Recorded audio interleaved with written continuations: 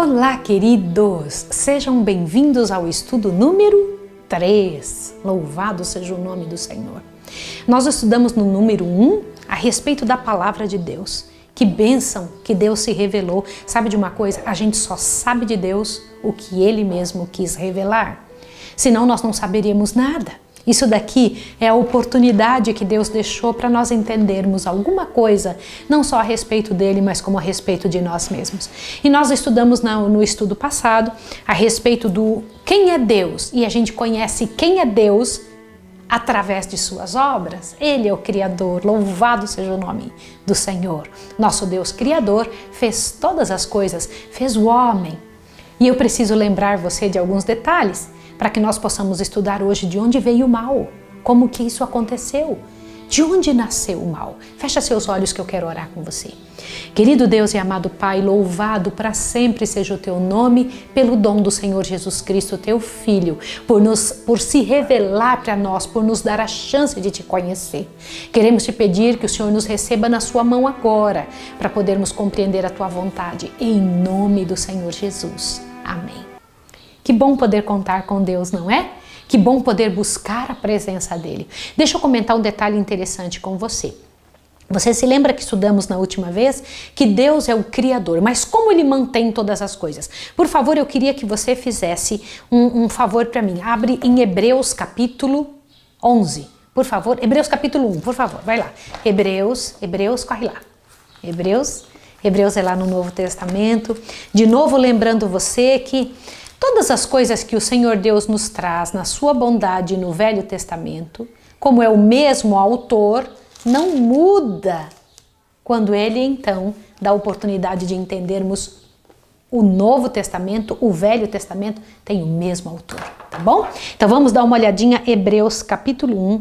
Olha que coisa linda para que você entenda a grandeza de Deus. Hebreus capítulo 1, verso 3. O Filho é o resplendor de sua glória, a expressa imagem de sua pessoa, sustentando todas as coisas pela palavra do seu poder. Como assim? Sustentando todas as coisas pelo quê? Pela palavra do seu poder. Que bonito isso, né? Você não acha isso lindo? Eu acho isso espetacular. É um detalhe a respeito de qual ser humano, qual grandiosa pessoa dessa terra, ou grandioso rei, seja quem for, é capaz de sustentar todas as coisas pela palavra do seu poder. Eu acho isso muito grande. Outro detalhe, abra lá sua Bíblia em Salmo 148, por favor, verso 5. Vai lá no livro de Salmos.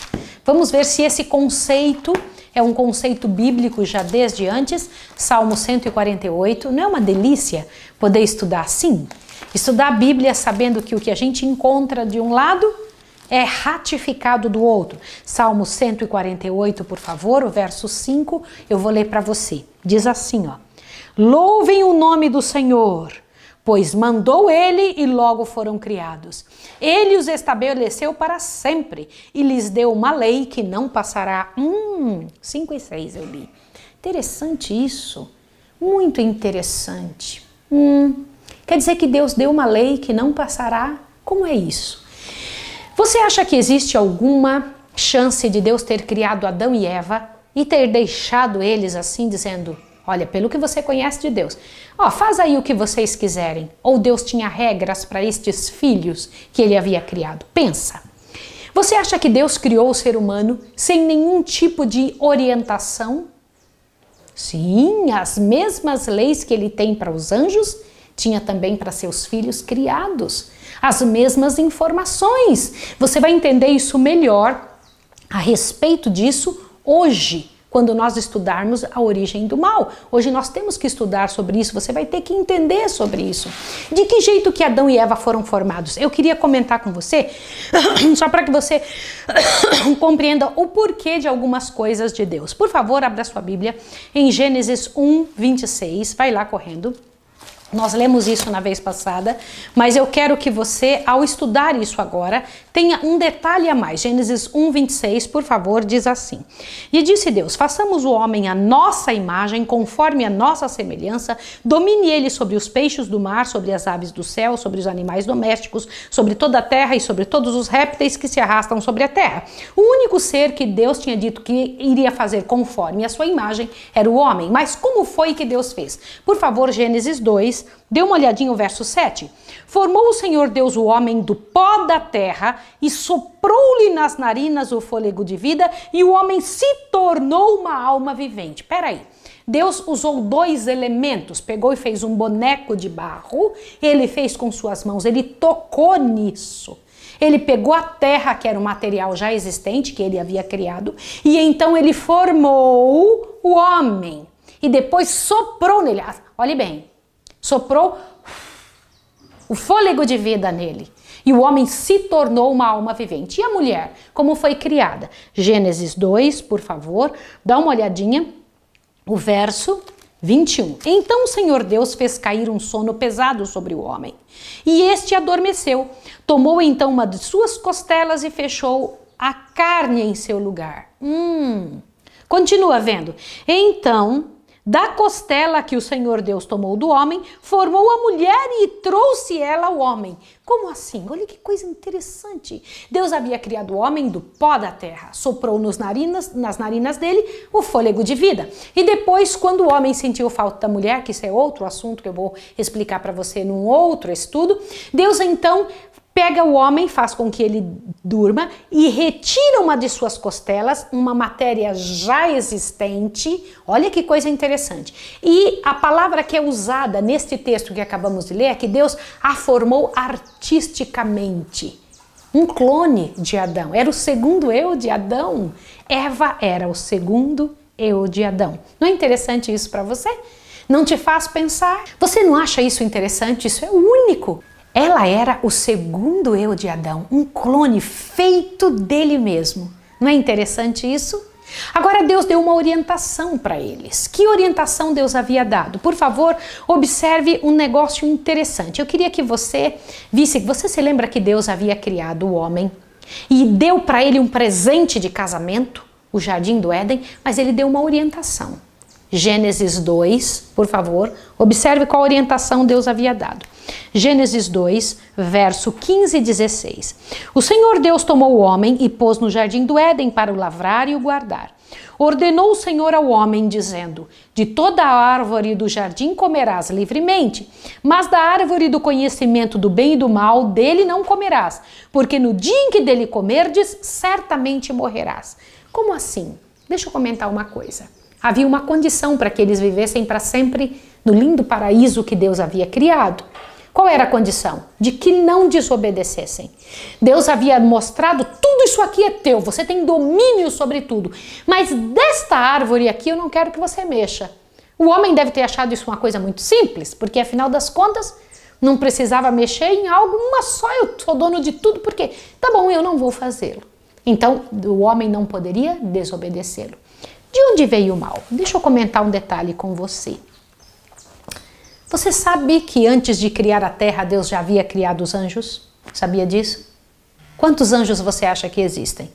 Por favor, abra a sua Bíblia em Apocalipse. Corre para mim, Apocalipse capítulo 5, rapidinho. Dê uma olhadinha o que o Senhor Deus comenta a respeito dos anjos. Apocalipse capítulo 5. Dê uma olhadinha que coisa interessante. O verso 11. O que diz aqui? Apocalipse 5, 11.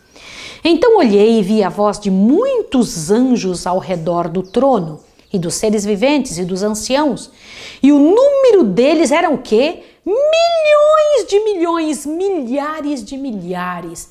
Você sabia disso? Que Deus criou milhões de anjos. Um dia nós vamos estudar sobre isso, a criação dos anjos, como foi. Seu coração vai se encher. Bom, então Deus tem muitos anjos. Você sabia que Lúcifer, o criador do mal, também era um dos anjos? Sim. Dê uma olhadinha o que é que Deus fala a respeito dele. Abra sua Bíblia em Ezequiel, Por favor, Ezequiel capítulo 28.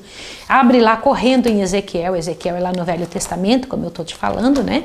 Ezequiel, por favor, ao abrir a sua Bíblia no livro de Ezequiel, você vai entender algumas coisas interessantes no capítulo 28, quando o Senhor Deus comenta algo sobre ele. Ezequiel 28, a partir do verso 13. Olha só. Estavas no Éden, jardim de Deus. Lá no céu também tem um Éden, tá bom? O paraíso de Deus é também chamado Grande Éden. Olha lá. Estavas no Éden, jardim de Deus. Cobrias-te de toda pedra preciosa. O sárdio, o topázio, o diamante, o berilo, o ônix, o jaspe, a safira, o carbúnculo e a esmeralda. Os teus engastes e ornamentos eram feitos de ouro. No dia que fostes criados, foram eles preparados. Tu eras querubim da guarda ungido e te estabeleci. Estavas no Monte Santo de Deus. Tá vendo como esse Éden era no céu? Estavas no Monte Santo de Deus, andava entre as pedras afogueadas. Agora o verso 15. Perfeito eras em todos os teus caminhos, desde o dia em que foste criado, até que se achou iniquidade em ti. Quando Lúcifer, o primeiro anjo a se rebelar contra Deus, foi criado, ele era o quê? Perfeito. O que significa isso? Não havia, Deus quando cria alguma coisa é totalmente perfeito, mas há uma coisa interessante que você precisa pensar. Deus criou todos os seres, Adão e Eva, nós, todos os seres que existem, os anjos, com liberdade de decisão. Te obedeço ou não? Aceito ou não aceito a tua vontade? Aceito o que o Senhor está dizendo ou prefiro ficar com minha própria cabeça? É assim. Isso é liberdade de escolha, é livre-arbítrio. Você precisa entender isso. Lúcifer também tinha. Ele era perfeito quando foi criado. Quando saiu das mãos do Criador, ele era perfeito. Depois a palavra de Deus diz que se achou iniquidade nele. Agora, observe, por favor, o que diz em Isaías também a respeito dele. Vai lá, Isaías capítulo 14, vai nos dar uma ideia mais interessante ainda a respeito dele. Isaías 14, lembra que nós estamos estudando a origem do mal? Vai na sua Bíblia, Isaías 14, observa essa informação que Deus diz aqui. Isaías 14, verso 12, abriu? Eu preciso que você veja, diz assim. Como caíste do céu, ó estrela da manhã, filha da alva? Na verdade, no original está escrito Lúcifer, tá? Eu quero que você procure isso no original, tá? Aqui quando diz filho da alva, está escrito Lúcifer. Avante, continua. Como foste lançado por terra, tu que debilitava as nações. Que nações é estas que ele debilitava lá? Tu que debilitavas as nações. Tu dizias no teu coração, eu subirei ao céu, acima das estrelas de Deus exaltarei meu trono. Opa, ele queria o quê? Uma posição, né? Você não acha muito sério isso? Acima das estrelas de Deus exaltarei meu trono. No monte da congregação me assentarei, nas extremidades do norte. Subirei acima das mais altas nuvens, serei semelhante ao Altíssimo. Peraí. O que ele desejava? Ele desejava o lugar de Deus, o trono de Deus. Ele desejava, na verdade, ser até maior que Deus. Vem cá, por que ele desejou isso? Deixa eu comentar uma coisa com você. O mal é um negócio muito terrível. Nós não sabemos a consequência e a miséria do pecado. Nós não entendemos sobre isso. Nós não compreendemos a grandiosidade de extensão de miséria que acontece em resultado do pecado. E foi com este anjo que começou primeiro a decidir afastar-se de Deus. Eu preciso ler uns detalhes para você, para que você entenda a seriedade do que é que eu estou falando. Se você entender isso, você vai ver a extensão do que é que eu estou tentando explicar, tá? Agora, observe um detalhezinho que você vai gostar muito de entender. Eu quero que você abra a sua Bíblia aí. 1 João, capítulo 3, 1 João, lá pertinho de Apocalipse.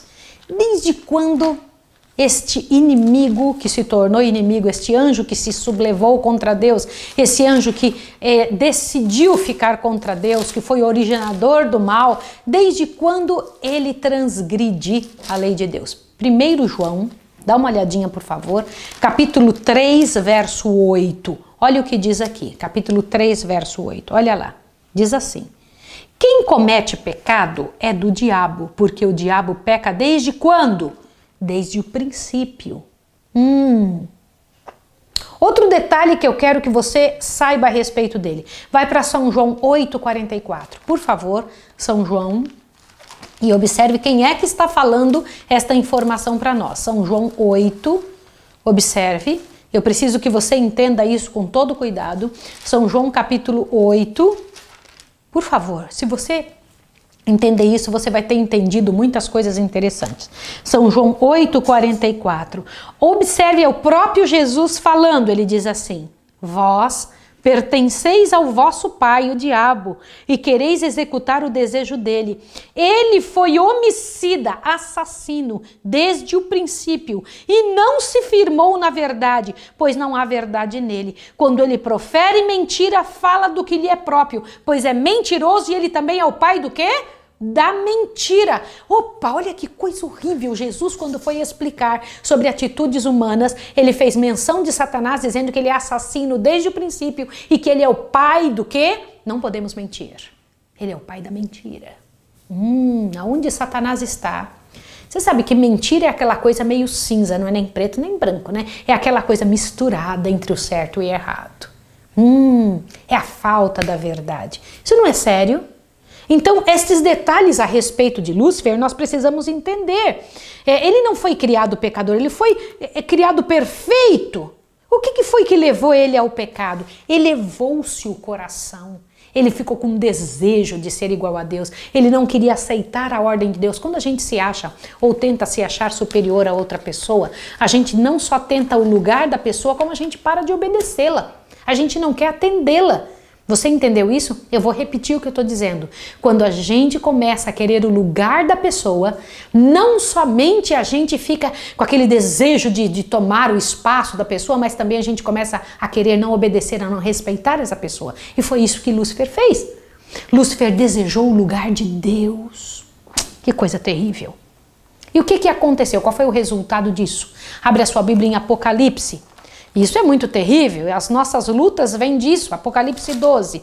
Observe aqui o que é que Deus explica no livro de Apocalipse, qual foi o resultado dessa atitude de Lúcifer, quando ele quis se colocar no lugar de Deus, ele quis o lugar de Deus, ele apeitou a Deus, compreende? Que coisa tremenda. Observe Apocalipse 12, verso 7, é uma parte triste. Diz assim: e houve guerra no céu. Miguel e seus anjos batalharam contra o dragão, e o dragão e seus anjos batalharam, mas não prevaleceram, nem mais o seu lugar se achou no céu. Agora o verso 9. E foi precipitado o grande dragão, a antiga serpente, que se chama Diabo e Satanás, que engana todo mundo. Ele foi precipitado na terra e seus anjos foram lançados com ele. Como assim? Ele teve anjos, sim. Ele, quando começou com esse desejo de ter o lugar de Deus, ele quis fazer um reino para ele, quis fazer um local para ele, já que ele não podia ter o lugar de Deus, ele quis fazer um igual. Deus tinha anjos, então ele conseguiu ganhar a cabeça dos anjos e fez com que os anjos passassem para o lado dele. E na hora que houve esta guerra, e eu vou comentar uma coisa com você. O que é guerra? O que vem a ser guerra? É a ausência da paz. Na Bíblia, Jesus é chamado de o príncipe da paz e Satanás, o príncipe da guerra. Com ele vem todas as guerras que existem nesse mundo, a guerra entre as pessoas, a guerra entre os seres humanos. Isso é muito sério, que coisa terrível. E quando ele então foi expulso do céu, ele ficou procurando um local para morar, porque ele só fica aonde ele é aceito, aonde lhe atendem as orientações. Compreende isso? Por isso que Jesus disse: vós sois filhos do diabo.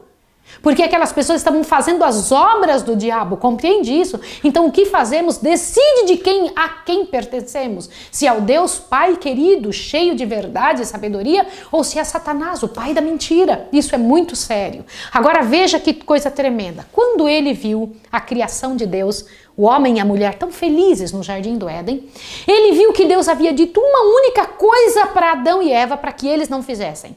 Lembra que Deus pediu para eles não fazerem? A condição para que eles continuassem para sempre sob os cuidados de Deus, qual que era?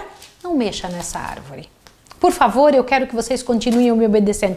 A árvore não tinha nada, não era maçã envenenada da bruxa má, não era nada disso. Aquela fruta da árvore era um exemplo de que eles deveriam estar obedecendo a Deus. E isso é muito importante. Agora observe, por favor, Gênesis capítulo 3, o que foi que Lúcifer falou com Adão e com Eva. Primeiro ele falou com Eva. Por favor, observe aqui que, na verdade, quem foi enganado foi Eva. Dê uma olhadinha em Gênesis 3. Verso 1 em diante. Ora, a serpente era o mais astuto de todos os animais do campo que o Senhor Deus tinha feito. Esta disse à mulher, é assim que Deus disse, não comereis de toda a árvore do jardim? Respondeu a mulher à serpente, do fruto da árvore do jardim podemos comer. Mas da árvore que está no meio do jardim, disse Deus, não comereis dele, nem nele tocareis, para que não morrais. Por que então eles morreriam? Deixa eu comentar uma coisa, a desobediência nos afasta de Deus e nós só temos vida ligados em Deus. Nós não temos vida em nós próprios, nós não temos vida própria, a nossa vida vem de Deus. E quando o pecado faz separação entre nós e Deus, o homem morre. Você entende isso? Isso é muito simples de entender. Deus disse, não faça isso para que vocês não morram, não se separem de mim, não me desobedeçam para que vocês não morram. Só que Satanás disse um negócio aqui, observe o que foi que Satanás disse quando usou a serpente, como ele fez uma mediunidade, tá bem? Depois nós vamos entender o que é mediunidade. Quando formos estudar sobre a morte, você vai ter que entender o que é mediunidade, o que foi isso que Lúcifer tinha feito com a serpente. Observe, por favor, agora esse detalhe, verso 4. Então disse a serpente à mulher, certamente não morrereis. Deus disse, morre. Aí ele disse o quê? Não morre. Tudo que Deus fala, Satanás diz o contrário. Você precisa pensar sobre isso. No reino de Satanás, tudo que Deus diz se torna o contrário. Vem cá, mas por que o homem morreria? Romanos, abre a sua Bíblia em Romanos. Vai lá correndo, por favor. É preciso que você veja Romanos, capítulo 5. Por favor, eu preciso que você olhe Romanos. Vai lá no Novo Testamento. É de novo eu falando para você que é muito importante que a gente procure estas informações tanto no Novo quanto no Velho Testamento. Romanos 12, por favor, observe. Perdão, Romanos 5. Que Romanos 12? Romanos 5, vamos lá. Romanos 5, por gentileza. Agora o verso 12. Pelo que como por um homem entrou o pecado no mundo e pelo pecado a morte, assim também a morte passou a todos os homens porque todos pecaram. Opa, como assim? Quer dizer que a morte jamais teria entrado aqui se o primeiro homem não tivesse pecado? A morte só vem para os seres humanos porque eles pecam. Eu vou repetir, a morte só vem para os seres humanos porque eles pecam. Mas Satanás disse, não, vocês não vão morrer. Satanás estava falando a verdade? Não. E também estava criando a primeira lei do espiritismo, dizendo que quando a pessoa morre, ela verdadeiramente não morre. Fica algo vivo. Nossa, você precisa estudar sobre isso? Isso é muito importante. Ele disse, não morrereis. Vocês quando morrem, não morrem. E isso é muito importante. Isso é muito sério. Mas como é que Satanás se apresenta nesse mundo? Eu preciso trabalhar esses materiais com você para que você entenda a seriedade disso. Agora, como é que Satanás nos engana hoje? Porque ele usou de engano para poder trabalhar contra Adão e Eva. Como é que ele nos engana hoje? Abra sua Bíblia, por favor, que a gente pode ver em 2 Coríntios. Corre para 2 Coríntios, que vai te dar muita clareza a respeito disso. 2 Coríntios vai te dar abertura. Vai lá. Você vai entender isso agora. 2 Coríntios, por favor. Isso é muito importante. Capítulo 11, 2 Coríntios 11, vai te dar abertura. 2 Coríntios 11, o verso que eu quero é o 14 e o 15. Diz assim, 2 Coríntios 11, olha só. E não é de se admirar, pois o próprio Satanás se transforma o quê? Em anjo de luz. O verso 15. E não é muito, pois os seus ministros, os anjos dele, se transformam em ministros de justiça. E o fim deles será conforme as suas obras. Opa! Quer dizer que ele se transforma em anjo de luz? Isso mesmo. Só que ele ainda faz mais uma coisa. Vai lá em Mateus 24. Corre. Jesus também explicou alguma coisa a respeito disso. Mateus 24, gente, eu acho fantástico estudar a Bíblia, porque a Bíblia não nos engana, dá para nós muita clareza. Mateus 24, 24 diz assim, veja o 24.